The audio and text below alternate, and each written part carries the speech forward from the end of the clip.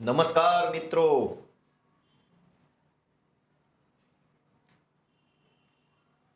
આજે 5મી જાન્યુઆરી અને 2026નો દિવસ સાંજના 6 વાગ્યા છે અને હું તમારી સમક્ષ ફેસબુક લાઈવના માધ્યમથી મળી રહ્યો છું. છેલ્લા ઘણા દિવસથી ગુજરાતમાં બગદાણાની અંદર બનેલી નવનીતભાઈને જે મારવામાં આવ્યો એ ઘટના ખૂબ ચર્ચામાં છે. સોશિયલ મીડિયા, ટીવી, સમાજ અને સરકાર આ બધા જ લોકો આ ઘટનાને લઈ ચર્ચા અને ચિંતા કરે છે. ગુજરાતમાં અગાઉ અનેક આવી ઘટનાઓ બની, પહેલા પણ થોડાક સમય પહેલા જ એક વિડીયો વાયરલ થયો હતો. ભાવનગર જિલ્લાના સિંહોર તાલુકાના એક ખેડૂતને 2-3 ગુંડા તત્વોએ લાકડીના મારથી મારતા હોય ખેતરમાં, એવી ઘટના બની હતી. આ સિવાય અનેક ઘટનાઓ, પાલનપુરની અંદર એક યુવાનની હત્યાની ઘટના બની, હમણાં બગદાણાની ઘટના બની, અનેક ઘટનાઓ બને છે. અને ભાજપની સરકાર અને ભાજપની વહીવટી સિસ્ટમ એ આ દરેક ઘટનાઓની અંદર કેવી રીતે ગુનેગારોને બચાવવા માટે થઈ જનતાને કેવી રીતે છેતરે છે એ બાબતની માહિતી મારે તમને આજે આપવાની છે. હું કેટલીક 5 જેટલી અલગ અલગ ઘટનાઓની હું તમને માહિતી આપીશ. અત્યાર સુધી તો તમે એ ઘટનાઓને છાપામાં જોઈ હશે, ટીવીમાં વાંચી હશે, બધું જ હશે. નવનીતભાઈની ઘટના હું છેલ્લે કહીશ કે એમાં કેવું બન્યું. પહેલા હું અલગ અલગ ઘટનાઓથી શરૂઆત કરીશ અને મારી બધાને વિનંતી છે કે શાંતિથી, ગંભીરતાથી સમજજો કે આ 8 ચોપડી પાસ અને એની આખી સરકાર કેવી રીતે જનતાને, અલગ અલગ જ્ઞાતિઓને ગુમરાહ કરી અને કેવી રીતે પોતાનું સિસ્ટમ ચલાવે છે એનો પુરાવા સાથે બધી જ ઘટના હું લઈને આવ્યો છું. સૌથી પહેલા આપણે શરૂઆત કરીએ. મારા હાથમાં એક એફઆઈઆર છે. આ એફઆઈઆર ભાવનગર જિલ્લાના સિંહોર તાલુકાના પીપળિયા નળ ગામની છે. પીપળિયા ગામે ફેબ્રુઆરી મહિનાની 28 તારીખે એક ઘટના બની. પોલીસે જે ફરિયાદીએ જે લખાયું છે એ હું વાંચી સંભળાવું તમને, પછી સમજીએ કે આ કેવી રીતે ઘટનાક્રમ બને છે. પણ આ એફઆઈઆર વાંચતા પહેલા હું તમને એક વસ્તુ પૂછું કે ભાઈ, આપણે માર્કેટમાંથી કોઈ સામાન લેવો હોય તો બ્રાન્ડેડ કંપનીનું કોઈ શેમ્પુ છે ઓરિજિનલ, એ છાપેલી કિંમતે મળે ત્યાંથી લેવું વધારે સારું કે ડિસ્કાઉન્ટ મળે ત્યાંથી લેવું વધારે સારું? બ્રાન્ડેડ કંપનીનું શેમ્પુ તો કોઈ પણ માણસ એવું કહે કે ભાઈ ડિસ્કાઉન્ટ મળે ત્યાંથી જ લઈશું, બ્રાન્ડેડ કંપનીનું જ લેવું છે, 1000 રૂપિયા છાપેલી કિંમત છે અને મને 700 રૂપિયામાં ડિસ્કાઉન્ટ સાથે મળે તો હું ડિસ્કાઉન્ટમાંથી જ લઈશ. હવે ડિસ્કાઉન્ટમાં આપણે વસ્તુ લેવા જઈએ ત્યારે વળી એક નવો સવાલ છે કે ઓછું ડિસ્કાઉન્ટ મળે ત્યાંથી લેશો કે વધુ ડિસ્કાઉન્ટ મળે ત્યાંથી લેશો? તો કોઈ પણ સામાન્ય માણસ એવું બોલે કે ભાઈ વધુ ડિસ્કાઉન્ટ મળે ત્યાંથી જ માલ લેવાય ને. બ્રાન્ડેડ કંપનીનું શેમ્પુ 50% ડિસ્કાઉન્ટમાં મળતો હોય તો ત્યાંથી લઈશ અને 10% ડિસ્કાઉન્ટમાં મળતું હશે તો 10%માંથી લઈશ. જ્યાં વધુ ડિસ્કાઉન્ટ ત્યાંથી લઈશ, એ સ્વાભાવિક બાબત છે. ગુજરાતમાં ભાજપની સરકાર, ભાજપના નેતાઓ અને ભાજપની સાથે મળેલા કેટલાક ગળામાં પટ્ટો પહેરેલા પોલીસના અધિકારીઓ, આ ત્રણેય ભેગા મળી અને ગુજરાતની તમામ ઘટનાઓમાં આરોપીઓને ડિસ્કાઉન્ટ આપે છે. એ કેવી રીતે? એનો પહેલો દાખલો આપું હું આ સિંહોરની ઘટનામાંથી. સિંહોરમાં ફરિયાદી છે કલ્પેશભાઈ પોપટભાઈ વઘાસિયા. એનું રહેવાનું સરનામું એફઆઈઆરમાં એને લખાયું છે કે ભાવનગરની કોઈ શેરીમાં, કોઈ પ્લોટ નંબર, કોઈ મકાન નંબરમાં રહે છે અને એનું મૂળ વતન પીપળિયા ગામ છે. હવે એફઆઈઆર લખાવે છે. આપણે એક વખત એવું માની લઈએ કે અહીંયા એફઆઈઆરમાં જે લખ્યું છે એ જ સત્ય છે, બીજી કોઈ ઘટના બની નથી. તો એ લખાવે છે કે મારું નામ ફલાણું છે, ફલાણી તારીખના રોજ સવારે 10:30 વાગે હું મારા ગામમાં એટલે કે પીપળિયામાં પહોંચી ગયો. આશરે 11 વાગે હું અને મારા પપ્પા પોપટભાઈ લીંબાભાઈ વઘાસિયા બંને અમારે ખેતરે વાડીએ ગયા 11 વાગે, એટલે કે 28 તારીખ ફેબ્રુઆરી મહિનાના સવારે 11 વાગે આ ફરિયાદ લખાવનાર વ્યક્તિ અને એના પપ્પા વાડીએ ગયા. હું અને મારા પપ્પા ચાલીને જતા હતા, એમાં હું તેમની પાછળ આશરે 100 મીટર દૂર હતો એવું લખેલું છે. મેં હાઇલાઇટ કર્યું છે કે 100 મીટર દૂર, એટલે કે કલ્પેશભાઈ 100 મીટર પાછળ છે અને પોપટભાઈ 100 મીટર આગળ છે. 100 મીટર એટલે બધા સમજે છે કાંઈ નજર સામે દેખાય એટલું.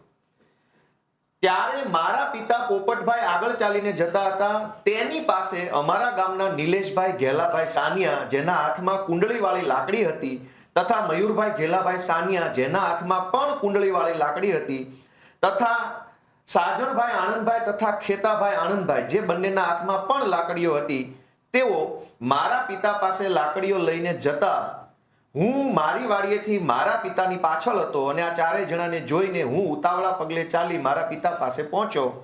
એ સમયે આ ચારેય લોકો જેના હાથમાં લાકડી હતી એ મારા પિતાને એવું કહેતા હતા કે તું કેમ અમને ઢોર ચારવાની ના પાડે છો?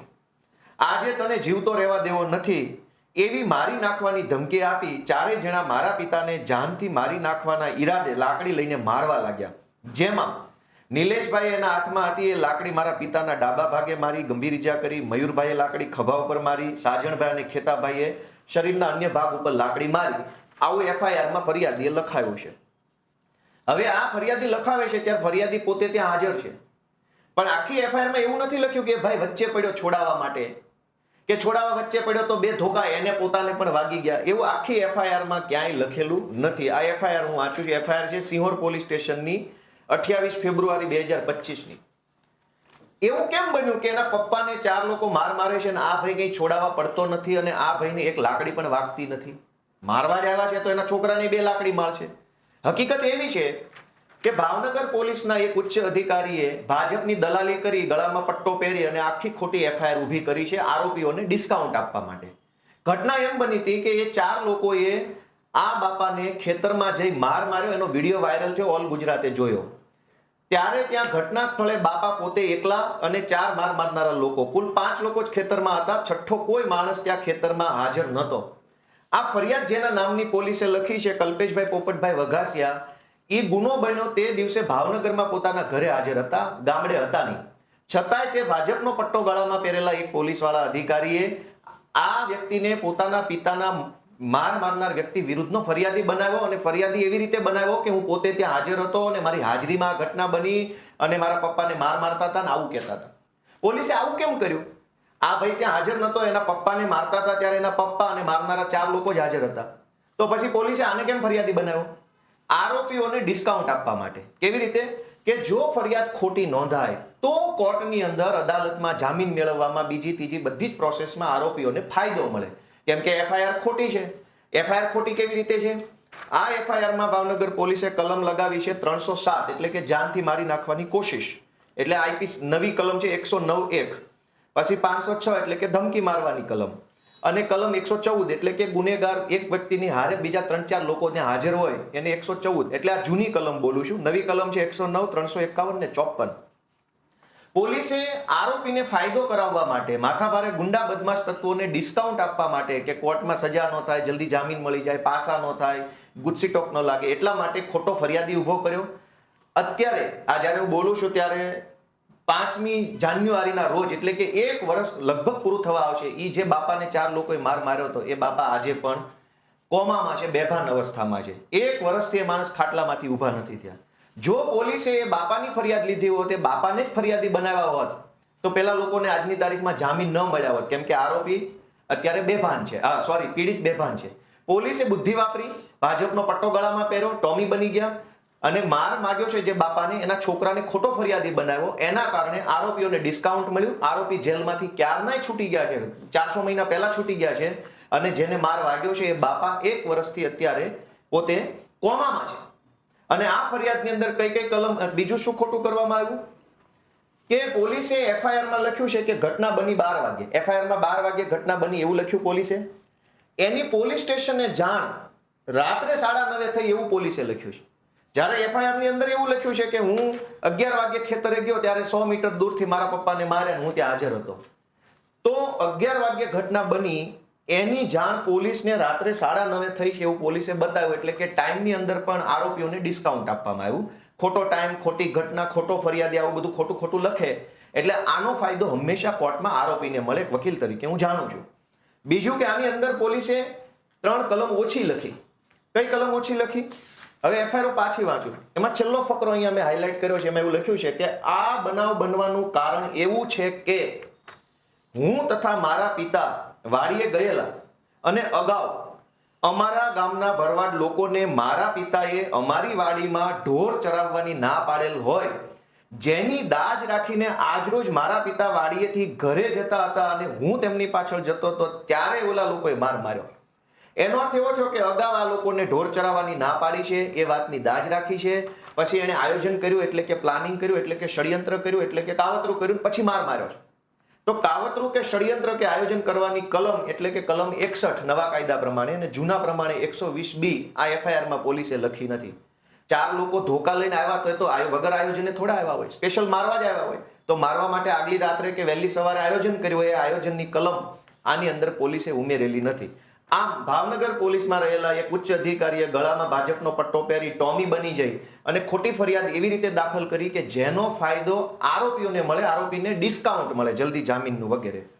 એક પ્રખ્યાત ઘટના છે પાયલબેન ગોટીની, અમરેલીમાં જે બની હતી, બધાય જાણી છે. બગદાણાની ઘટના ઉપર હું છેલ્લે આવીશ કેમ કે એમાં તો બહુ મજબૂત પુરાવો છે. પાયલબેન ગોટીની ઘટના બધાએ જોઈ. એમાં જે તે વખતે ઘટના બની ત્યારે પાયલબેનનું ચરિત્ર હનન કરવામાં આવ્યું. સીસીટીવી કેમેરા રિલીઝ કરવામાં આવ્યા, જેમાં પાયલબેન એક કુરિયરની દુકાને જઈ કુરિયર પોસ્ટ કરતા હોય વગેરે વગેરે.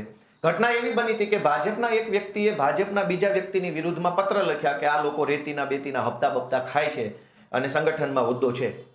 ત્યાર પછી ગળામાં પટ્ટો પહેરેલા અમરેલી પોલીસના એક અધિકારીએ ભાજપની દલાલી કરતા કરતા પાયલબેન ઉપર ખોટી એફઆઈઆર લખી. એફઆઈઆર લખ્યા પછી અડધી રાત્રે 12 વાગે એમને ઘરે જઈને એરેસ્ટ કરી લીધા. એરેસ્ટ કર્યા પછી કોર્ટમાંથી એમના રિમાન્ડ મેળવ્યા. રિમાન્ડ મેળવીને અમરેલીની બજારમાં એક દીકરીનું સરઘસ કાઢ્યું. આ ઘટના આખા ગુજરાતને ખબર છે. પછી શું થયું એ આ કાગળ ઉપર લખેલું છે. આ કાગળ જે છે એ તમે કદાચ કેમેરામાં જોઈ શકતા હો તો આ અમરેલી પોલીસના નયના ગોરડિયા નામના ડીવાયએસપી ની સહી વાળું એક કાગળ છે. ડીવાયએસપી આમાં શું લખ્યું છે? આ કાગળ છે 4/9/2025 નું કાગળ છે. એટલે કે સપ્ટેમ્બર મહિનામાં અમરેલીના ડીવાયએસપી એવું લખ્યું છે. કોને સંબોધીને લખ્યું છે? અમરેલીની અદાલતના ચીફ જ્યુડિશિયલ મેજિસ્ટ્રેટને લખ્યું, એટલે કે જજ સાહેબને લખ્યું પોલીસે. શું લખ્યું છે? ઉપરોક્ત વિષય અન્વયે જણાવવાનું કે ફલાણા નંબરની ફલાણા કલમવાળી એફઆઈઆરના કામમાં ગુનાના કામે તપાસ દરમિયાન આરોપી પાયલબેન અશ્વિનભાઈ ગોટી રહે ફલાણું ગામ ફલાણો તાલુકો ફલાણા વિરુદ્ધ પૂરતો પુરાવો નથી.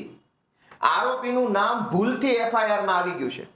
જેથી આ આરોપીનું નામ ભૂલથી આવી ગયું છે એટલે તમે કાઢી નાખો અને આ એફઆઈઆર રફે દફે કરી નાખો. એવું કાગળ કોણે લખ્યું? અમરેલીના ડીવાયએસપી નયના ગોરડિયાએ. ભૂલથી નામ આવી ગયું, રિમાન્ડ લઈ લીધા, સરઘસ કાઢ્યું, બદલો લઈ લીધો, ફજેતો કરાઈ નાખ્યો અને પછી એના એ જ પોલીસ વાળા પાછળથી કાગળ બદલી અને કોર્ટમાં એવું લખી નાખ્યું કે ભાઈ આ જે છે એ ગુનો બનતો નથી પાયલબેન સામે, એટલે આનું નામ છે હવે તમે કાઢી નાખો. ત્યારબાદ સૌથી મજાની વાત કે પહેલું કાગળ જે લખ્યું એમાં ખાલી એવું લખેલું છે કે પાયલબેનનું નામ ભૂલથી આવી ગયું છે. બીજા બધાનું નામ બરાબર છે, બીજા બધાનું નામ તો ગુનેગાર તરીકે છે જ, ખાલી પાયલબેનનું નામ ભૂલથી આવ્યું છે એટલે તમે કોર્ટમાંથી રેકોર્ડમાંથી કાઢી નાખો. પછી આ બીજો કાગળ છે મારા હાથમાં. આ બીજો કાગળ છે એ police inspector cyber crime police સ્ટેશનની સહી વાળો છે. સહી ઉકલતી નથી પણ કે લખેલો છે અને કે અથવા પી જેવું વંચાય છે. આ પેપરની અંદર પાછું સાયબર ક્રાઇમ પોલીસ સ્ટેશનના ઇન્સ્પેક્ટરે એવું લખ્યું છે કે મનીષ વઘાસિયા તથા જીતેન્દ્ર ઉર્ફે જીતુ બાવચંદ ખાતરા અને અશોકભાઈ માંગરોળિયા જે બાકીના 3 આરોપી હતા બરાબર, એની વિરુદ્ધ પણ કોઈ પુરાવો નથી અને આ ત્રણેય લોકોનું નામ પાછું ભૂલથી એફઆઈઆર માં આવી ગયું છે. તો આખી એફઆઈઆર માં કુલ 4 આરોપી હતા, 3 પુરુષ અને 1 પાયલબેન. તો પાયલબેન નું નામ ભૂલથી આવી ગયું, બીજા ત્રણેયનું નામ ભૂલથી આવી ગયું. એવો રિપોર્ટ કરીને આખો કેસ રફે દફે કરી નાખ્યો. તો જ્યારે એફઆઈઆર કરી ત્યારે તમને નહોતી ખબર કે આ ખોટો કેસ છે, ત્યારે પોલીસ જાણતા હતા પણ ભાજપે કીધું કે ટોમી પાયલનું સરઘસ કાઢવાનું છે તો એક જૂઠી એફઆઈઆર બનાવી દે, ચલ ફટાફટ 4-5 ટોમીને મોકલો, પાયલબેનનો કિડનેપ કરી આવો, સરઘસ બરઘસ કાઢો. તો બધા ટોમી ધંધે લાગી ગયા. આજ આ બંને કાગળમાં 4 આરોપી વિરુદ્ધ પોલીસ પાસે કોઈ પુરાવો નથી, ભૂલથી નામ આવી ગયું છે, અમારી ભૂલ થઈ ગઈ છે, આવું પોલીસે ઓફિશિયલી લખી સહી સિક્કા કરી નાખ્યું છે. પાયલબેનનું નામ ભૂલથી આવી ગયું, બધાનું ભૂલથી આવી ગયું. તો એનો અર્થ એ નીકળ્યો કે કોઈએ ગુનો નથી કર્યો. યા તો તમે ખોટી એફઆઈઆર લખી, ખોટી રીતે સરઘસ કાઢ્યું, બદનામી કરી, બધાને ધંધે લગાડ્યા અને છેલ્લે હવે તમે આ ધંધો ચાલુ કર્યો છે. એનો અર્થ એ થયો કે પોલીસ આરોપીઓને ડિસ્કાઉન્ટ આપવાનું કામ કરે છે. તમે નિર્દોષ હશો તો તમને જેલમાં પૂરી દેવામાં આવશે. નવનીતભાઈ બગદાણાવાળાની વાત હું હજુ તમને છેલ્લે કરીશ. પાલનપુરની અંદર હમણાં એક હત્યાનો બનાવ બન્યો અને એક છોકરાની હત્યા થઈ ગઈ. હવે હત્યાની એફઆઈઆરની કોપી પણ મારી પાસે છે કે કેવી રીતે પોલીસ આરોપીઓને ડિસ્કાઉન્ટ આપવાનું કામ કરે છે. હર્ષ સંઘવીને આ બધી ટોળકી આખી લાગી છે કે દરેક ઘટનામાં આરોપીને ડિસ્કાઉન્ટ આપવામાં આવે છે. આ એફઆઈઆર મારા હાથમાં કોપી છે. પાલનપુરની અંદર હત્યા થઈ, એની હત્યાની અંદર મરનાર વ્યક્તિ જે છે એ નીતિનભાઈ નામના વ્યક્તિ છે. નીતિનભાઈ નીતિનભાઈ જુડાલ, નીતિનભાઈની હત્યા થઈ ચૂકી છે, એની આ એફઆઈઆર છે. એ એફઆઈઆર તમે જોશો તો ખબર પડશે કે આરોપીને ભાજપની પોલીસે કેવી રીતે ડિસ્કાઉન્ટ આપ્યું છે. હર્ષ સંઘવીને ભાજપવાળા સમાજમાં આરોપીઓને ગુજરાતમાં કોઈ પણ ઘટના બને, કોઈ ખૂણા પર ઘટના બને, આરોપીને હંમેશા ડિસ્કાઉન્ટ આપવામાં આવે છે, લાભ આપવામાં આવે છે કે તમે જલ્દી છૂટી જાઓ, તમારા વિરુદ્ધ કડક કાર્યવાહી ન થાય, જામીન મળી જાય, પાસા ન થાય, તડીપાર ન થાય, ગુસ્સીટોક ન લાગે, એના માટે બધી જ કાળજી દરેક એફઆઈઆરમાં લેવામાં આવે છે. મેં તો ગુજરાતની મહત્વની 5 ઘટનાઓનું તમારું ધ્યાન દોરવું છે. એમાં છેલ્લે નવનીતભાઈની ઘટના કહીશ કે અત્યારે આપણે બધા ચર્ચા થઈ રહી છે ન્યાય આપો, અને શું નવનીતભાઈની ઘટનામાં છે હું છેલ્લે તમને કહીશ. અત્યારે પાયલબેનની એક ઘટના મેં તમને કીધી, એક સિહોરની કીધી, આ હું પાલનપુરની ઘટનામાં તમારું ધ્યાન દોરું છું કે પાલનપુરની ઘટનામાં એફઆઈઆરમાં લખ્યા પ્રમાણે ગુનો બન્યો, એટલે કે હત્યાનો ગુનો બન્યો 20:45, એટલે કે 8 વાગે રાતના અને 45, એટલે 8:45 વાગે. 8:45 વાગે ગુનો બન્યો અને પોલીસે ગુનો નોંધ્યો ક્યારે? 9:25, એટલે કે 9:30 આસપાસ. કઈ તારીખે? 20/12. હવે 20/12 એકચ્યુઅલી શું થયું છે એ જાણીએ કે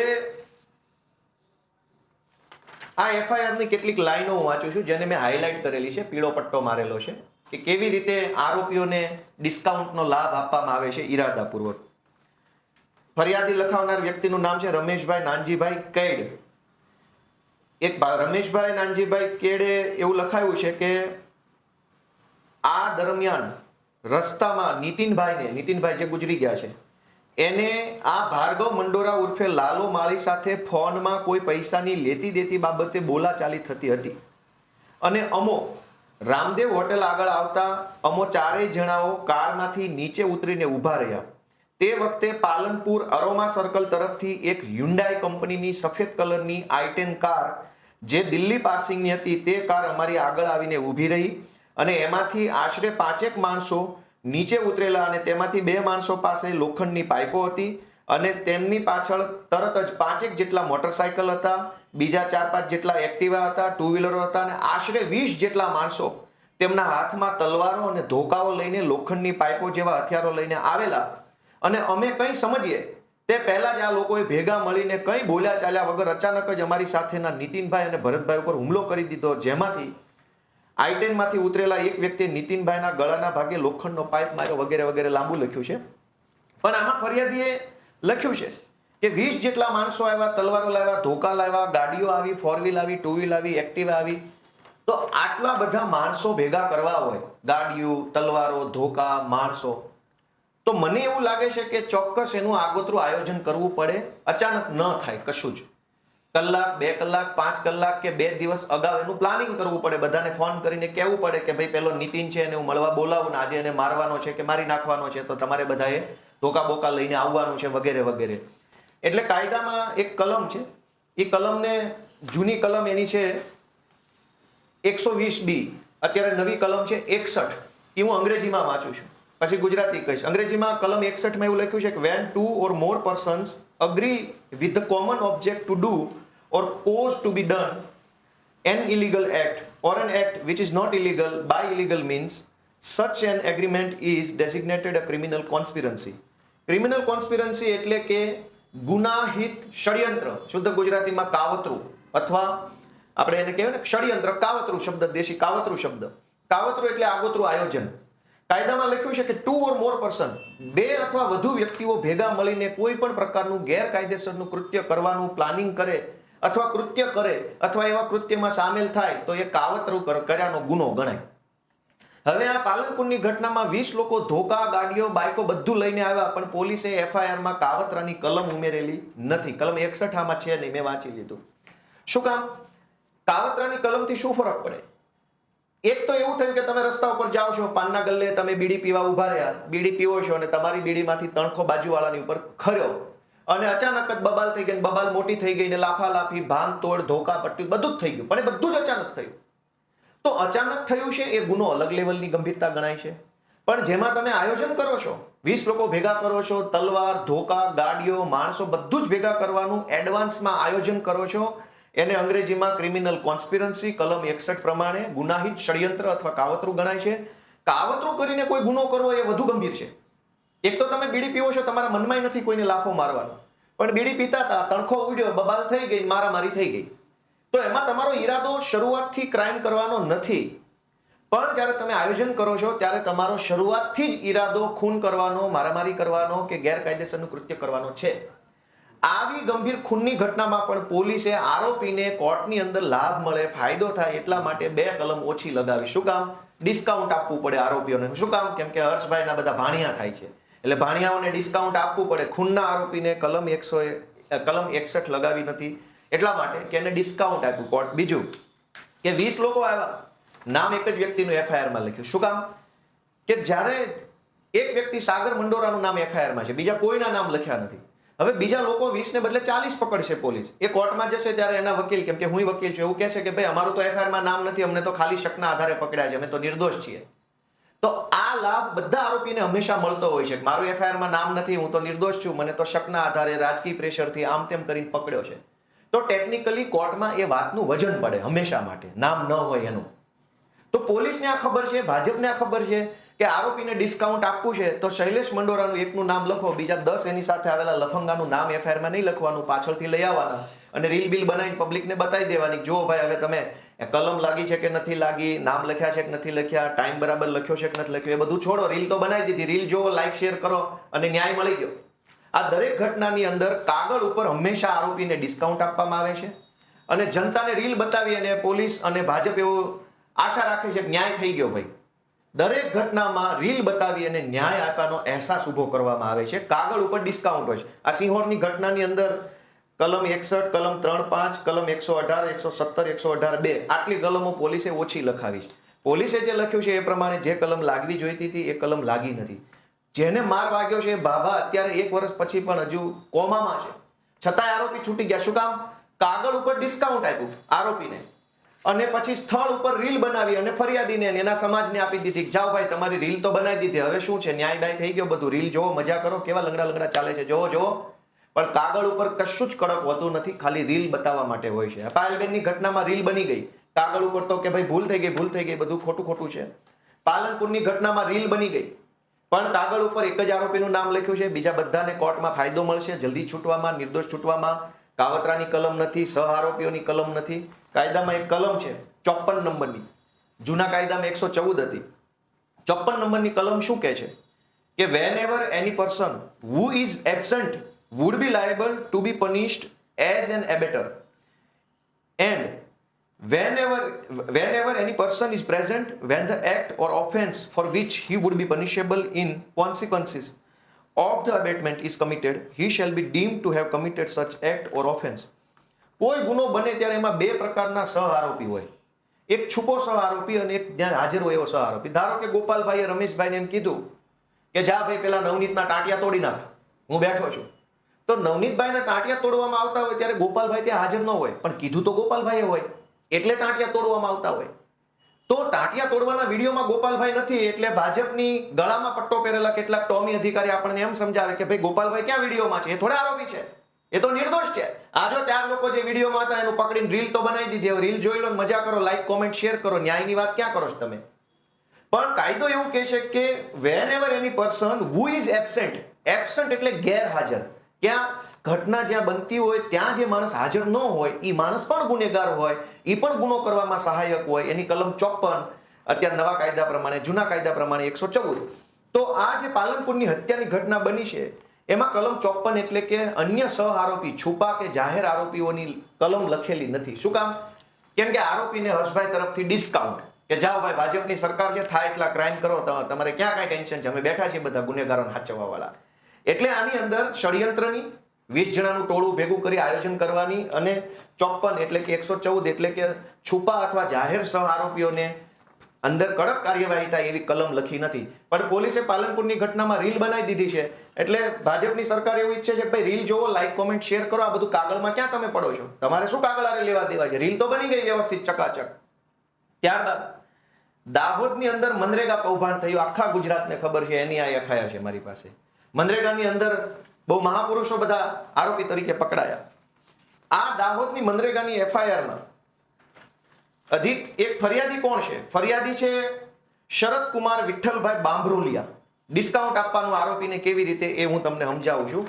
ગુજરાતની તમામ ઘટનાઓમાં ભાજપની સરકાર આરોપીઓને ડિસ્કાઉન્ટ આપે છે, સજા ન થાય, નિર્દોષ છૂટી જાય, જલ્દી જામીન મળી જાય, પાસા ન થાય, એની 100% કાળજી રાખવામાં આવે છે.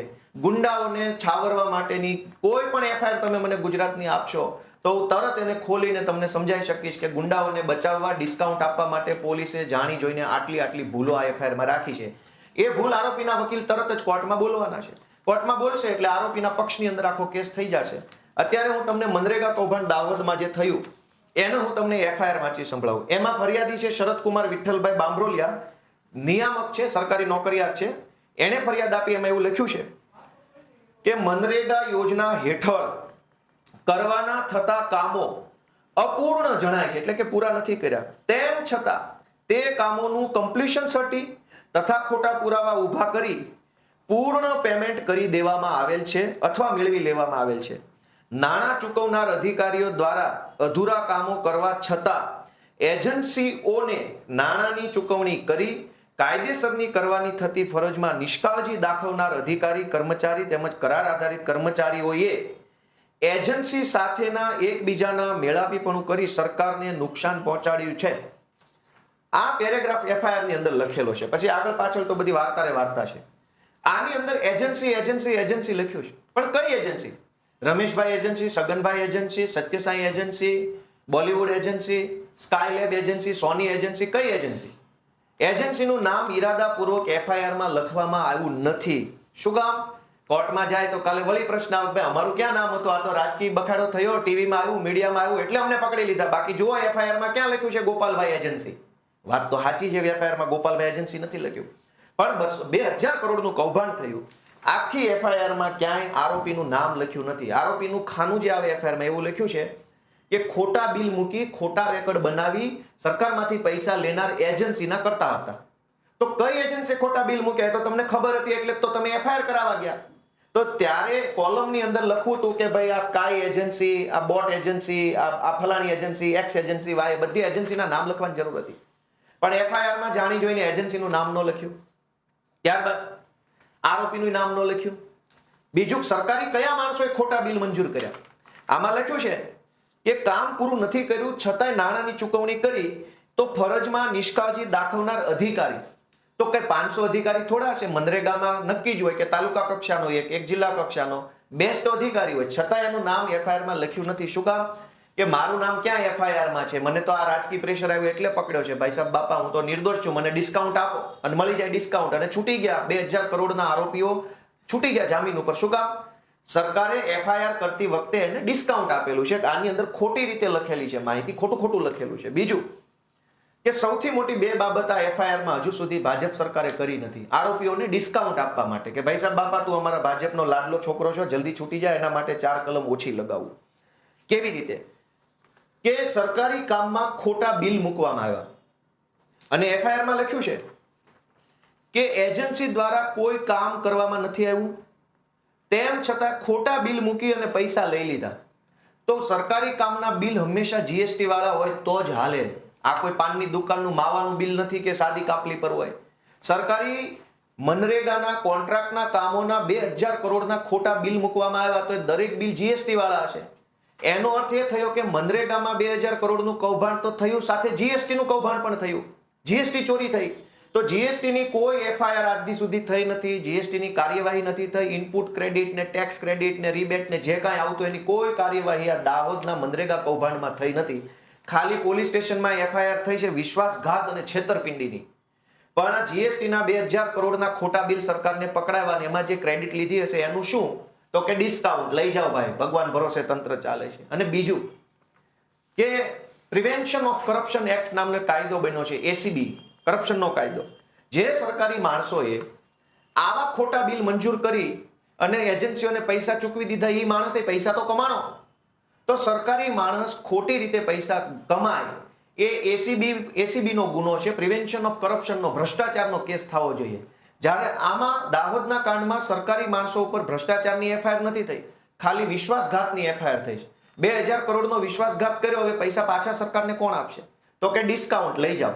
એટલે કે કાગળ ઉપર પોલીસ અને ભાજપના કેટલાક ટોમી ઈરાદાપૂર્વક કાગળ ઉપર ખોટું લખે, ખોટા વાક્યો, ખોટા આંકડા, ખોટી કલમ, ખોટી ઘટના, ખોટી રીતે બધું લખીને કાગળો નબળા બનાવે, બોદા કાગળ બનાવે અને જનતાને બતાવવા માટે રીલ બનાવે. એટલે કાગળ ઉપર આરોપીઓને, ગુનેગારોને, ગુંડાઓને ડિસ્કાઉન્ટ મળે અને જનતાને રીલ જોવા મળે અને 8 પાસની દુકાન આવી રીતે ચાલે છે. મોરબી દુર્ઘટના બની. હવે આ મોરબી દુર્ઘટના, મોરબીની એફઆઈઆર મારી પાસે પડી છે. આમાં પણ આરોપીઓને કેવી રીતે ડિસ્કાઉન્ટ આપવામાં આવ્યું કે તમે જેલથી, સજાથી, કાયદા કાનૂનથી બચો એના માટેની વ્યવસ્થા સરકાર તરફથી તમને ડિસ્કાઉન્ટ. આ મોરબીની ઘટનાના ફરિયાદી પ્રકાશભાઈ અંબારામભાઈ દેકાવાડિયા છે. એટલે કે એ પીઆઈ છે, ત્યાંના મોરબીના પીઆઈ છે.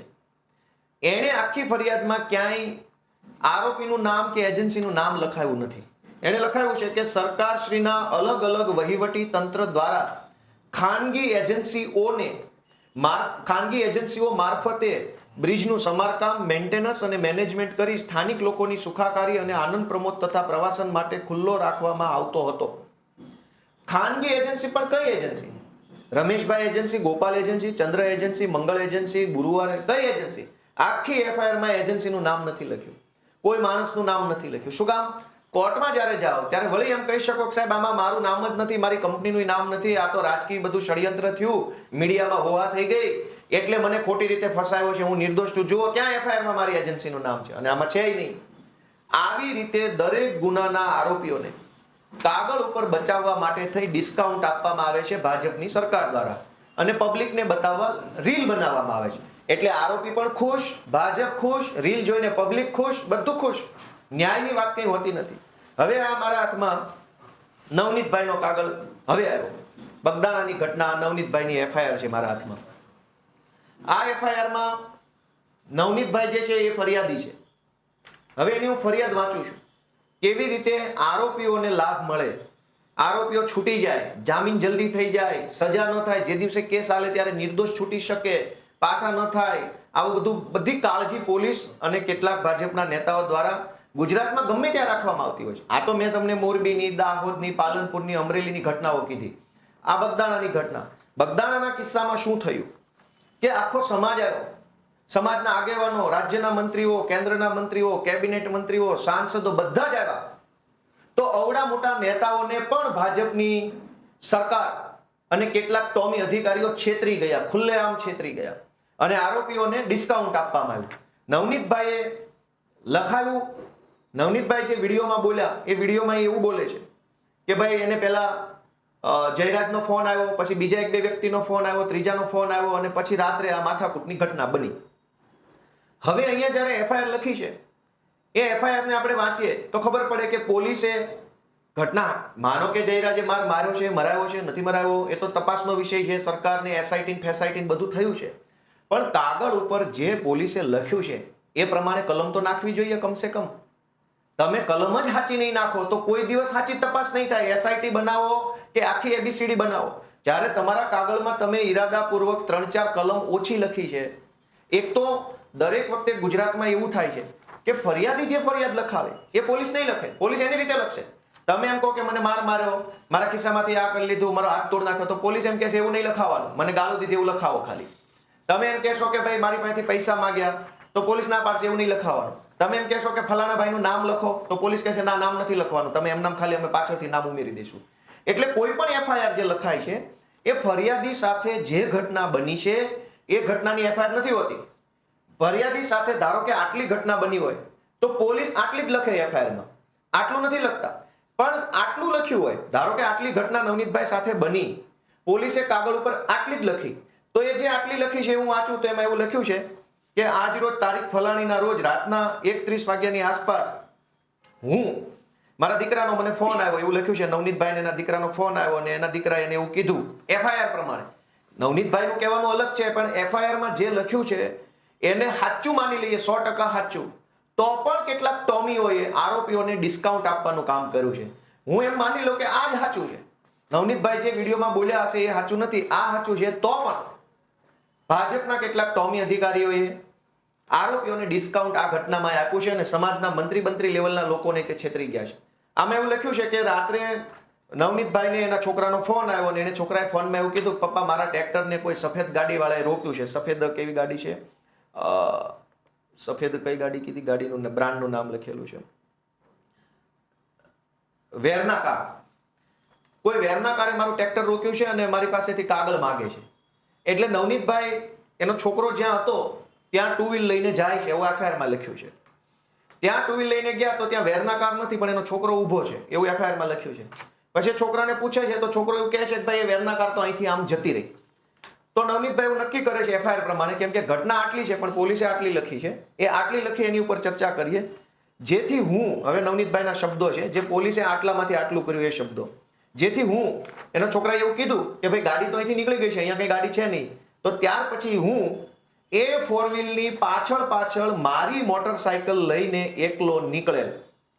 આ શબ્દો સાંભળજો ફરીથી.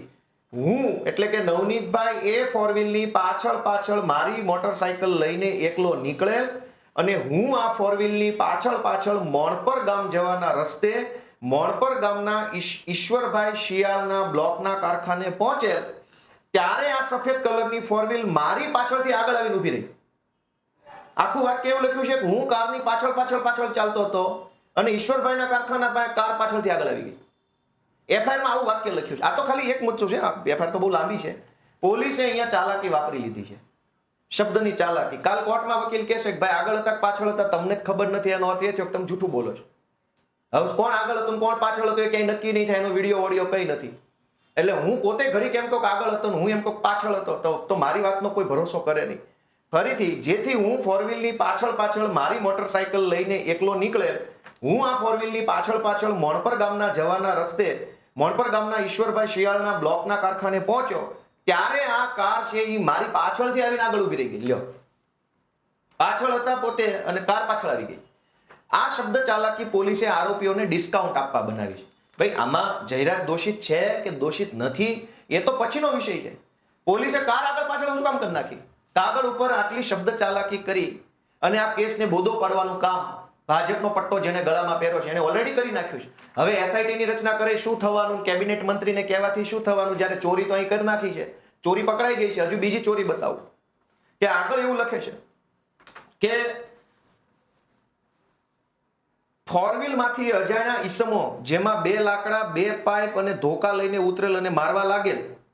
એટલે કે પહેલા એક કાર હતી એમાંથી 2 લાકડા 2 પાઇપ અને ધોકા લઈને કેટલાક માણસો ઉતર્યા અને મારતા હતા. ત્યારે બીજી એક સફેદ કલરની સ્વિફ્ટ કાર આવી અને એમાંથી બીજા 4 માણસો ઉતર્યા અને એ લોકો પણ ધોકાથી મને મારવા લાગ્યા. એક તો ઘટના આટલી બની છે, પોલીસે આટલી લખી છે, એ આટલીમાં તે ખોટું લખાણ છે. એમાં શું ખોટું છે કે એક કાર ઓલરેડી હતી ત્યાં, પાછળથી બીજી આવી, બધા પાસે ધોકા છે, બધાને ખબર છે કે નવનીતભાઈને મારવાનો છે. એનો અર્થ એ થયો કે આ વસ્તુ આયોજનથી થયેલી છે, કાવતરું કરીને થયેલી છે, પ્લાનિંગથી થયેલી છે. પણ નવનીતભાઈની એફઆઈઆરમાં આયોજનની, કાવતરાની, પ્લાનિંગની કલમ પોલીસે નાખી નથી આરોપીઓને ડિસ્કાઉન્ટ આપવા માટે જામીનનું. આયોજન અને કાવતરાની કલમ જૂની 120, નવી કલમ 61 એમાં લખ્યું છે ક્રિમિનલ કોન્સ્પિરન્સી. મેં જે અંગ્રેજીમાં વાંચ્યું કે when 2 or more person agree with a common object, 2 અથવા વધુ વ્યક્તિઓ સમાન ઈરાદા સાથે કામ કરવા માટે સંમત થાય તો એ ષડયંત્ર કાવતરાનો ગુનો લાગુ પડે છે. પણ નવનીતભાઈની આખી એફઆઈઆરમાં પોલીસે આરોપીઓને ડિસ્કાઉન્ટ આપ્યું છે કલમ નંબર 61 નું કે ભાઈ તે કોઈ કાવતરું નથી કર્યું, આ તો અચાનક બનેલી ઘટના છે. 2 ફોર વ્હીલ લઈને ધોકા લઈને મારવા આવવું હોય તો એનું આયોજન જ કરવું પડે, એનું પ્લાનિંગ જ કરવું પડે, એના માટે ફોન કર્યા હોય, મેસેજ કર્યા હોય, રૂબરૂ મળ્યા હોય, તો આ તારી ગાડી ક્યાં ઉભી રહેશે, મારી ક્યાં ઉભી રહે, બધું જ થયું હોય. પણ પોલીસે એ આખા કાવતરા, ષડયંત્ર, આયોજનની બાબતને એફઆઈઆર માંથી હટાવી દીધી છે. કોઈ ભાઈ જયરાજ આરોપી છે કે નહીં તો પછીની વાત છે. પહેલા તો આ 6 જણા આવ્યા, એને ષડયંત્ર તો કર્યું, કાવતરું તો કર્યું, ક્યાંક બેસીને મીટિંગ તો કરી, એ ઘટના આખી એફઆઈઆર માંથી હટાવી દીધી છે. હવે હર્ષ સંઘવીએ કીધું કે ભાઈ એસઆઈટી ની રચના કરશું. શું એસઆઈટી કરશો તમે? જ્યારે એફઆઈઆર તો આરોપીને ડિસ્કાઉન્ટ આપવાની કરી છે. આપણે એમ માની લઈએ કે જે 6 લોકો વિડીયોમાં દેખાય છે એટલા જ ગુનેગાર છે, બીજું કોઈ આમાં ગુનેગાર નથી. તો પણ પોલીસે આરોપીને ડિસ્કાઉન્ટ કેમ આપ્યું?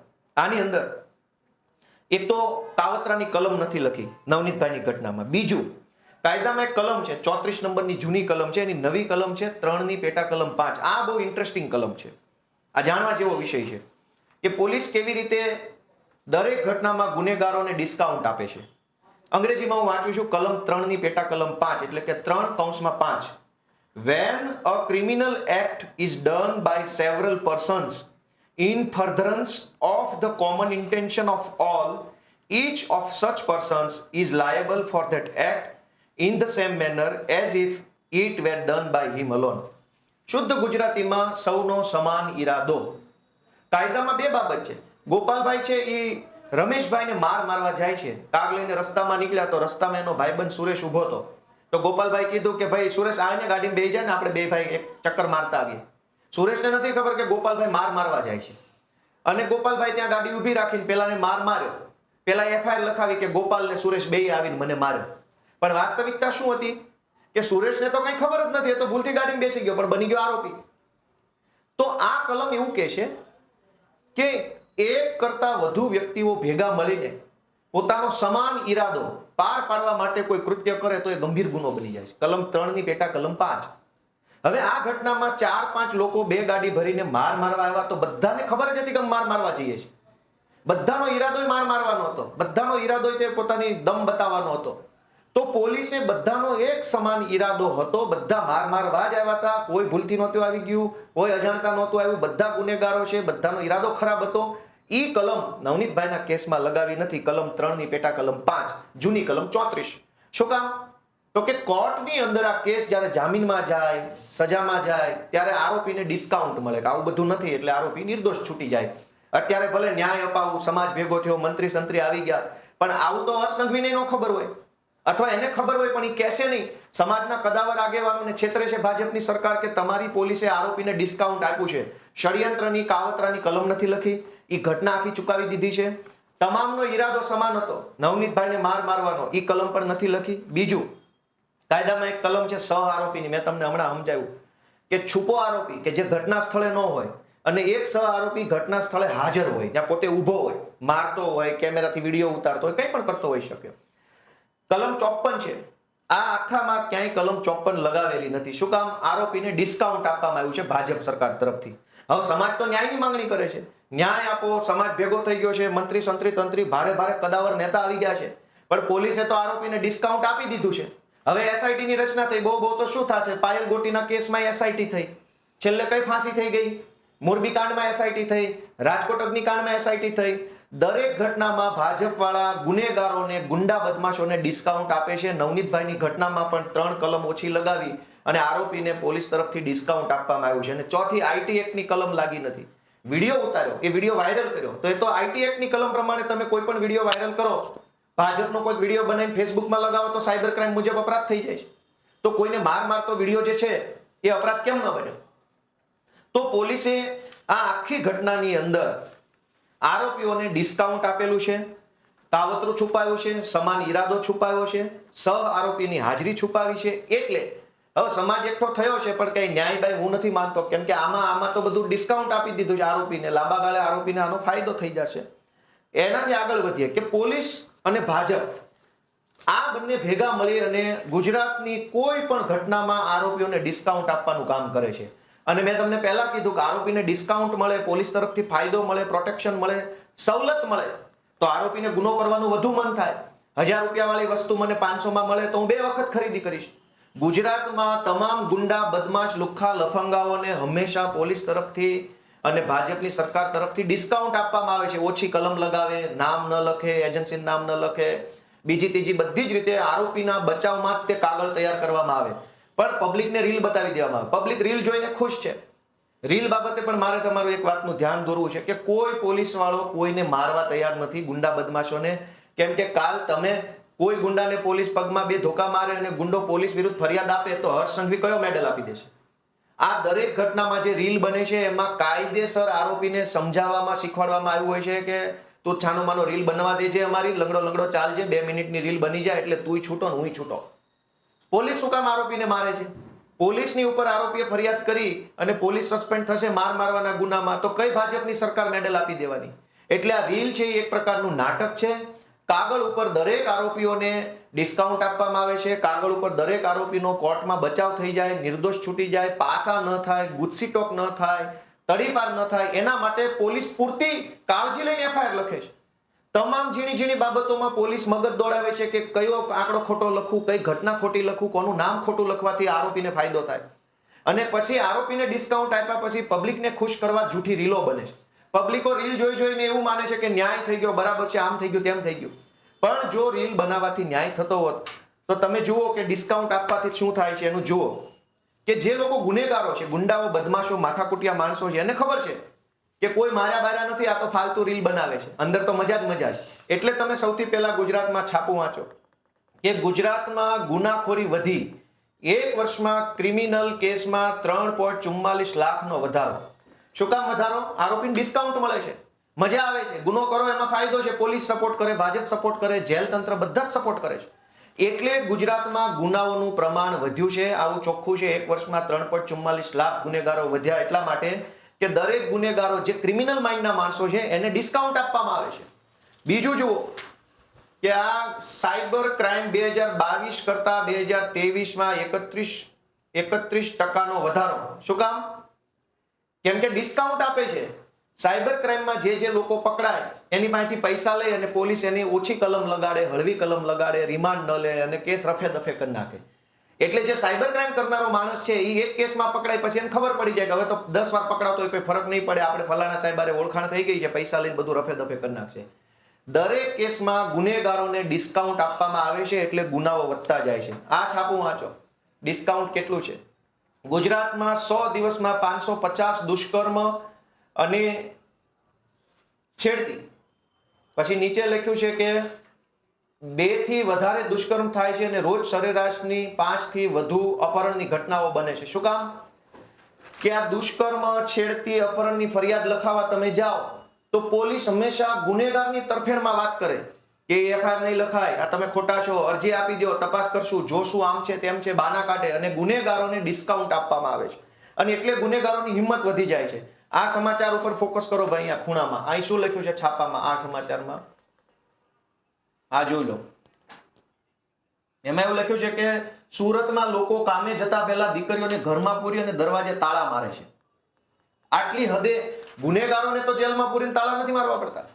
લોકો એટલી હદે, પોલીસ એટલી હદે ગુનેગારોને છાવરે છે, ગુંડા બદમાશોને એટલો બધો સપોર્ટ આપે છે કે ગુંડાઓની હિંમત એટલી વધી ગઈ છે કે ગમે તે કરો પોલીસ જ અમને બચાવી લેશે. ગુંડાઓને વિશ્વાસ જ પોલીસ ઉપર છે. અને પોલીસમાં આવું કેમ થયું? કેમ કે ગૃહમંત્રી બહુ મહાન માણસોને બનાવવામાં આવ્યા છે, મુખ્યમંત્રી એનાથી મહાન છે, એટલે ગુંડાઓને સરકાર ડિસ્કાઉન્ટ આપે છે. એના પરિણામે ગુજરાતની પરિસ્થિતિ જુઓ કે ગુજરાતમાં અપહરણ કરાયેલા 437 લોકોમાંથી 437 લોકોનો અતો પતો નથી. અપહરણ થયું પણ આજની તારીખમાં પોલીસને માણસ મળતો નથી. ચૈતર વસાવા, રાજુ કરપડા આંદોલન ઉપર ઉતરવાના હોય તો એને અંધારામાંથી ગોતી આવે છે, ગમે ત્યાંથી ગોતી લે. સીએમ નો પ્રોગ્રામ હોય તો આમ આદમી પાર્ટીના કાર્યકર્તાને ગમે ત્યાંથી ગોતી કાઢે છે, એલસીબી, ક્રાઇમ બ્રાન્ચ વગેરે. પણ અપહરણ કરાયેલા 474 લોકો પોલીસને આજ દિવસ સુધી મળતા નથી. શું કામ? કે આ અપહરણ કરનારી ટોળકીને પોલીસ તરફથી, ભાજપની સરકાર તરફથી ડિસ્કાઉન્ટ આપવામાં આવ્યું છે. તમે તારે ક્રાઇમ થાય એટલો કરો, અમને અમારું દેતા રહેજો, ભાજપમાં થોડુંક દો, થોડુંક અમને દઈ દો. પબ્લિક તો હિન્દુ મુસલમાન કરીને મત આપવા તૈયાર જ બેઠી છે. ત્યારબાદ ગુજરાતમાં 898 કરોડ રૂપિયાના અલગ અલગ મુદ્દામાલની ચોરી થઈ, એમાંથી 643 કરોડનો મુદ્દામાલ મળ્યો જ નથી. 898 એટલે ઓલમોસ્ટ 900 કરોડ રૂપિયાની ચોરી થઈ, અલગ અલગ, કોઈનો મોબાઈલ, કોઈનું સોનું ચાંદી, કોઈના ઘરેણા, કોઈનું કોમ્પ્યુટર, કોઈની 4 વ્હીલ, કોઈની 2 વ્હીલ. એમાંથી 643 કરોડ રૂપિયાનો મુદ્દામાલ તો હજુ સુધી કોઈને મળ્યો નથી. તો આ 643 કરોડ રૂપિયાનો મુદ્દામાલ જે ચોર લઈ ગયા, એ ચોર પાસેથી ચૂંટણી ફંડ કોણે લીધું, કટકી કોણે લીધી અને કોણે આ ચોર લોકોને ડિસ્કાઉન્ટ આપ્યું? ચોરને કોઈ બીક નથી. તમે જુઓ કે 5 વર્ષમાં ગુમ થયેલા 10,000 બાળકોમાંથી 3,000નો પતો નથી. 3,000 બાળકો ગુજરાતમાંથી ગુમ થયા છે, એનો કોઈ અતો પતો નથી. એટલા માટે કે ક્રાઇમ કરનારા લોકો છે એને ડિસ્કાઉન્ટ સરકાર જ આપે છે કે થાય એટલો ક્રાઇમ કરો, અમને હપ્તા દેતા રહેજો, એટલે બાકી કઈ વાંધો નથી. હવે તમે જુઓ કે જે ઘટના બહુ ચગી જાય, એક તો તમે જ્યારે ફરિયાદ લખાવા જાવ છો તો પોલીસ ફરિયાદ લખવા જ તૈયાર નથી. માંડ ફરિયાદ લખાવો તો જેવી તેવી ફરિયાદ લખે છે. કેટલાક કિસ્સામાં વિડીયો વાયરલ થઈ જાય, ખૂબ બધું ભમાભમી મચી જાય, એટલે પરાણે એફઆઈઆર દાખલ કરવી પડે તો આરોપીઓને ડિસ્કાઉન્ટ મળે, કલમ ઓછી લગાવે, વાક્યો બદલી નાખે, શબ્દો બદલી નાખે, નામ છુપાવે. આવું બધું કરીને પણ છતાંય જે એફઆઈઆર લખાય છે, છતાંય એ એફઆઈઆરમાંથી 3 વર્ષમાં 10,000 કરતા વધુ ખાલી પોક્સોના કેસ નોંધાય. એટલે 17 વર્ષ કરતા ઓછી, 18 વર્ષ કરતા ઓછી ઉંમરની દીકરીઓ ઉપર બળાત્કાર, છેડતી, રેપના કેસ નોંધાયા. અને એમાં fast track court. Fast track court એટલે ફાસ્ટ એટલે ઝડપ, ટ્રેક એટલે જલ્દીથી કેસ જેનો નિકાલ થઈ જાય. ફાસ્ટ ટ્રેક કોર્ટ બનાવી સરકારે. એમાંય 10,000 થી વધુ કેસ તો એમાં પેન્ડિંગ છે. રેગ્યુલર કોર્ટમાં તો કેટલા હશે? ફાસ્ટ ટ્રેક કોર્ટ એટલે અલગથી સ્પેશિયલ કોર્ટ. 18 વર્ષથી નીચેની દીકરીઓ સાથે બળાત્કાર, છેડતી કઈ ઘટના બને એની સ્પેશિયલ કોર્ટમાં 10,000 કેસ 3 વર્ષમાં ખાલી 10,000 કેસ તો પેન્ડિંગ છે. અને આ 10,000 કેસ કેવા હશે? જે બહુ ચકચારી હશે, સમાજે વિરોધ કર્યો હોય, આંદોલન થઈ ગયું હોય, વિડીયો વાયરલ થઈ ગયો હોય, સોશિયલ મીડિયામાં હોવા થઈ ગઈ હોય તો લખે. છાના ખૂણે કોઈ નિર્દોષ દીકરી આરે ઘટના બની ગઈ હોય તો ગુજરાતમાં આરોપી તરફે હંમેશા ભાજપ સરકાર ઊભી છે. આરોપીનું હિત એ જ ભાજપાની જીત, એ સૂત્ર સાથે બધા લાગેલા છે. ત્યારબાદ આ કોર્ટોમાં કેસ પેન્ડિંગ છે. 10,000 કેસ સ્પેશિયલ કોર્ટમાં પેન્ડિંગ છે. તો રેગ્યુલર કોર્ટની તો હાલત જ ક્યાં ચર્ચા કરવા જેવી. છતાં જે કાંઈ કેસ કોર્ટમાં હાલે છે, ભલે પેન્ડિંગ પણ તોય 2-5 કેસ તો હાલતા હશે. એ જે કેસ હાલે છે એની અંદર માત્ર 40% લોકો દોષિત સાબિત થાય છે. સજા તો નહીં જ, હજુ તો સાબિત થવાની. 10/60 કેસ સાબિત નથી થતા. ગુજરાતમાં ભ્રષ્ટાચારના કેસો વધ્યા અને 40% કેસમાં દોષિત ઠર્યા. એક તો એફઆઈઆર થતી નથી, માંડ થાય તો એમાં આરોપીઓને ડિસ્કાઉન્ટ આપવામાં આવે છે. એ છતાંય જે એફઆઈઆર થઈ એ કોર્ટમાં વર્ષો સુધી પેન્ડિંગ રહેશે. પેન્ડિંગ રહ્યા પછી માંડ કેસ હાલે તો 40% દોષિત ઠરે છે. બાકીના તો ભગવાન ભરોસે છૂટી જાય છે. આવું બધું શું કામ થાય છે? તમે જુઓ કે શાળા કોલેજોની અંદર વિદ્યાર્થીનીઓ અસલામત અને ખાખી વર્દી નિષ્ક્રિય. શું કામ? આરોપીઓને સરકાર તરફથી ડિસ્કાઉન્ટ આપવામાં આવ્યું છે. તમારામાં જેટલી ક્ષમતા હોય એટલા ગુનાઓ કરો, ભાજપની સરકાર તમારા માટે બેઠી છે. આ 2025 નું છાપું છે, 13/10/2025. અમદાવાદમાં છેડતીના કિસ્સાઓ વધ્યા. દર મહિને 20 ગુનાઓ નોંધાય છે. દર મહિને 20 તો ગુનાઓ નોંધવા પડે છે, નોંધાય છે નહીં, ફરજ પડે. વિડીયો વાયરલ થઈ ગયો, કોઈ રાજકીય નેતા આવ્યા, કોઈ આગેવાન આવ્યા, હો હલ્લો થઈ ગયો, એટલે 20 તો નોંધવા પડે છે એમ લખવું જોઈએ. દર મહિને 20 નોંધવા પડે છે. બનતી તો 200 ઘટના હશે, પણ કોઈને ફરક પડતો નથી. કેમ કે ગૃહમંત્રીના રાજમાં ગુંડાઓ જે છે એને રેલમ છેલ છે, ડિસ્કાઉન્ટ આપવામાં આવે છે. પોલીસ તરફથી કાગળ નબળા બનાવવામાં આવે, રીલ સારી બનાવવામાં આવે. રીલ એકદમ મસ્ત બનાવવાની, કાગળ બધા બોગસ બનાવવાના. આ જુઓ 26/11/2025 નું છાપું છે, જૂનું નથી. ₹2400 કરોડનું ડ્રગ્સ પકડાયું. તે ઇન્ફિનિટી કંપની ફરીથી કેવી રીતે શરૂ થઈ? ગુજરાતમાં ઇન્ફિનિટી નામની કંપની 2400 કરોડ રૂપિયાનું ડ્રગ્સ બનાવતા પકડાઈ ગઈ રંગે હાથ. અને પકડાઈ, કેસ થયો, બેસ થયો, બધું થયું અને પાછી કંપની ફરીથી ચાલુ થઈ ગઈ. આપણે ત્યાં ગામડામાં જીબી વાળા ખોટું લાઇટની ચોરીનો પેલો કેસ, ખોટો કેસ કરી જાય તો આખી જિંદગી નવું મીટર નથી મળતું, નવું કનેક્શન નથી મળતું. 5,000 રૂપિયાની ચોરીનો કેસ થઈ જાય લાઇટ ચોરીનો તો મીટર નથી મળતું. અને 2400 કરોડનું ડ્રગ્સ જે કંપની વેચતા પકડાય એ કંપની પાછી ચાલુ થઈ ગઈ કમ્પ્લેટ વ્યવસ્થિત ધારાધોરણ પ્રમાણે. કેવી રીતે? બસ આ જ તો ભાજપ સરકારની નીતિ છે. આ જુઓ લ્યો, આમાં તો શું બોલવા જેવું છે? લ્યો બોલો. ધારાસભ્ય મનુ પટેલે ડ્રગ્સ વિશે કરેલી ફરિયાદ પરથી પોલીસે કાર્યવાહી કરી નહીં. શું કામ? તો કે હર્ષભાઈના નેતૃત્વમાં આરોપીઓને ડિસ્કાઉન્ટ આપવાની યોજના હેઠળ ડ્રગ્સના આરોપીઓ પર કોઈ કાર્યવાહી કરવી નહીં. ભાજપના ધારાસભ્યએ ડ્રગ્સની ફરિયાદ કરી, એમાંય કાંઈ ન થયું. તો આરોપીઓને કેટલી હદે ડિસ્કાઉન્ટ સરકાર આપે છે? શું કામ? તો કે આ આવી ગયા મહાપુરુષ. લ્યો, આ મેન મુદ્દો છે, વાંચો શું લખ્યું છે. ગુજરાતની કાયદો વ્યવસ્થા ભલે લથડે, હર્ષ સંઘવીને રસ નથી. શેમાં રસ છે? રીલ બનાવવામાં. કે રીલ સારી બનવી જોઈએ, ચકાચક રીલ બને તો અને તો જ મજા આવે. દોસ્તો, આજ ગુજરાતની અંદર બગદાણાની ઘટનામાં જોયું કે સરકાર કાગળ ઉપર ખોટું કરે છે. જયરાજ આરોપી છે, આરોપી નથી, એના આપણે હું જજ નથી, પણ હું એટલું તો કહી શકું કે જે ઘટના કાગળ ઉપર લખી કે ટોળું આવ્યું, ધોકા લાવ્યા, ગાડીઓ આવી, મારામારી કરી, તો કલમ કેમ ના લખી? નવનીતભાઈનું એવું કેવું છે કે જયરાજનું નામ લખો, એ આરોપી છે. પોલીસે ના લખ્યું, કઈ વાંધો નહીં, પણ પોલીસ જે ઘટનાને લખવા માટે સહમત થઈ ગઈ, સંમતિ આપી, બરાબર છે, આટલું અમે લખી દઈશું, જે લખ્યું એની કલમ કેમ ના લખી? આટલા મોટા માણસ, જાજા લોકો આવે અને ધોકા લઈને મારે તો ષડયંત્ર કાવતરા વગર શક્ય નથી. બધા જ લોકોનો ઈરાદો મારવાનો હોય તો જ બધા ધોકા લઈને આવે. કોઈ ભૂલથી કોઈની ગાડીમાં ચડી ગયું નથી. દરેક ઘટનામાં, હજુ મારી પાસે ઘણી બધી ઘટનાની ફાઇલ પડી છે, પણ હવે લાંબી વાત થઈ ગઈ એટલે બોલવી નથી. ટૂંકમાં ગુજરાતની અંદર કાગળ ઉપર ગુજરાતની કોઈ પણ ઘટનામાં બુટલેગર હોય, માફિયા હોય, જમીન માફિયા હોય, બધાને ભાજપની સરકાર તરફથી ઓન પેપર ડિસ્કાઉન્ટ આપવામાં આવે છે. અને જનતા માટે થઈને રીલ બનાવી લેવામાં આવે એટલે જનતા રીલ જોઈને ખુશ થઈ જાય કે જો આને આમ લંગડો આલ્યો તેમ લંગડો આલ્યો. હું તમને હજુ ધ્યાન દોરીશ કે કોઈ પોલીસ વાળો પોતાની નોકરી જોખમમાં નાખવા તૈયાર નથી. બે ધોકા કોઈ શું કામ મારે? આપણે રીલ જોઈ છે તો એનો ભોગ પોલીસ થોડો બનશે. કોઈ ઇન્સ્પેક્ટર ગુનેગારને મારવા તૈયાર નથી, કેમ કે પોલીસ અંદરથી જાણે છે કે આ ગૃહમંત્રી તો નાટકબાજ છે, આ તો રીલબાજ છે. એના રીલ બનાવવાના ચક્કરમાં હું 4 ધોકા મારીશ તો મને ક્યાં કોઈ એવોર્ડ આપી દેવાનું છે? એ તો એની વાહવાહી કરાવવા રીલ બનાવડાવે છે પોલીસ પાસે. પાયલ ગોટીની રીલ ગૃહમંત્રીના કહેવાથી અને ગૃહમંત્રીના ખાસ એકદમ જે ટોમી ટાઈપના મિત્રો છે એના કહેવાથી પાયલ ગોટીની રીલ તો પોલીસે બનાવી. પછી પોલીસે જ લખીને આપી દીધું આ કાગળમાં, અદાલતમાં લખીને આપ્યું કે ભાઈ પાયલ ગોટીનું નામ ભૂલથી આવી ગયું છે, એની સામે કોઈ પુરાવો નથી. એનો અર્થ એ થઈ ગયો કે કેટલાક ટોમી ટાઈપના અધિકારીઓ છે એ ભાજપના કહેવાથી રીલો બનાવે છે, રીલો બનાવી જનતામાં એવો ભ્રમ ઉભો કરે છે કે ન્યાય થઈ ગયો. બગદાણાની ઘટનામાં પણ પોલીસે તમને રીલ બનાવીને આપી, સમાજના બધા નેતાઓને કહેવામાં આવ્યું જો ભાઈ રીલ તો બની ગઈ, રીલ તો બની ગઈ, હવે શું ન્યાયની વાત છોડો ભાઈ છોડો. પણ ન્યાય કાગળ ઉપર હોય છે, રીલમાં ન્યાય નથી હોતો. રીલ તો જૂઠી બની શકે.